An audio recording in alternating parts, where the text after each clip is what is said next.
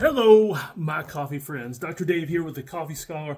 So, with all the recent news about Venezuela, well, I won't even get into what the news is about. If you haven't heard, don't worry about it because the news usually isn't worth watching.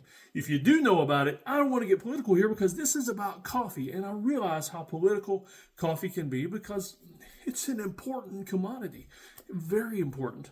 And I mean, just think about why we drink more coffee here in America. It's because we threw all that tea into the ocean way back in, what was it, 1775 or 4? I'm not sure there. I should probably know that. But I wanted to talk to you a little bit about Venezuelan coffee. Apolitical here, I just want to talk about the coffee itself. And so I'm looking at my other computer screen while I'm talking to you, so we're going to go back and forth. But I admit I did not know much about Venezuelan and how it might differ from other South American coffees. So let's see, it's known for its smooth, medium body, low acidity, sweet notes of chocolate, caramel, and nuts, particularly from the famed Maracaibo region near Colombia. And so that's probably why I don't even know that I've ever drunk any coffee specifically from Venezuela. I don't think I have. Lots of Colombian coffee, and because their main coffee farms are apparently near Colombia, I'm guessing it tastes a lot like Colombian coffee. It does say here, though, the industry faced decline due to the oil focus in the country, but is now seeing a revival in specialty markets with new producers focusing on on quality. And so, like a lot of nations that were in the situation they were, they focused on oil because that's where the money was. But coffee, when it was produced, there was no focus on quality, just quantity. Let's pump out a bunch of coffee for our own people and then just sell it cheap on the open market or whoever's buying. I don't know if there were any sanctions against coffee in Venezuela. It says here the highest grade was Lavado Fino, giving a clean, crisp profile, while local drinks like cafecito are common. Interesting. All right, so let's see. Generally, the acidity low to balanced, described as soft citrus. The finish is clean and lingering. I'm just looking at these notes here that I made while I was looking all this up. Key regions and grades. The Maracaibo, which, as we saw, is near Colombia, the most famous type, also named for the port that's in that area, which makes it easy to get the coffee out. Sweetness and balanced acidity. We've also got Lavado Fino, and another region, the Sonare, and Lara regions, producing beans with chocolate and caramel notes. Let's see here. Once a major global player, the coffee's importance waned as Venezuela shifted to oil in the 20th century.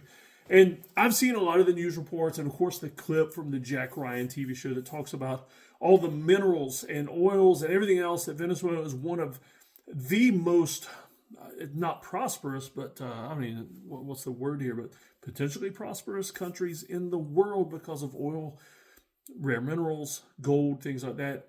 I would venture to say if the coffee production in Venezuela were ramped up with some investments, some capitalism, some non-government owned coffee farms, some people that could actually make some money doing amazing coffee, I'd be willing to bet that Venezuela could easily rival other South American nations.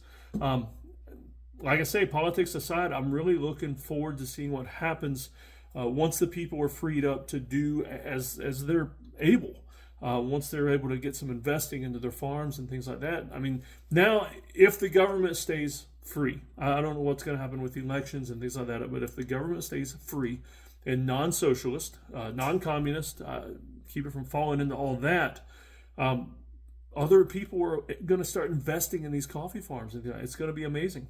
A new generation of producers is working to restore reputation through specialty coffee.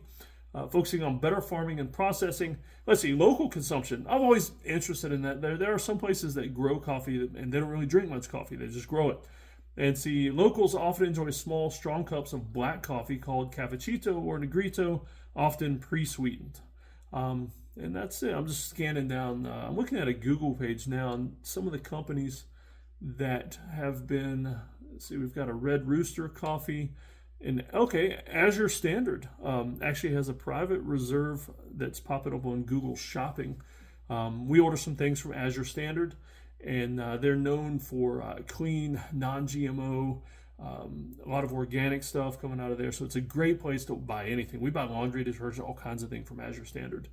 And then let's see, Red Rooster Coffee, though, looks like they are probably the biggest company that is selling coffee on the open market. So I guess I'll stop here and just quit reading this page and not looking at you while I'm talking to you, and say that just keep an eye on the Venezuelan coffee market.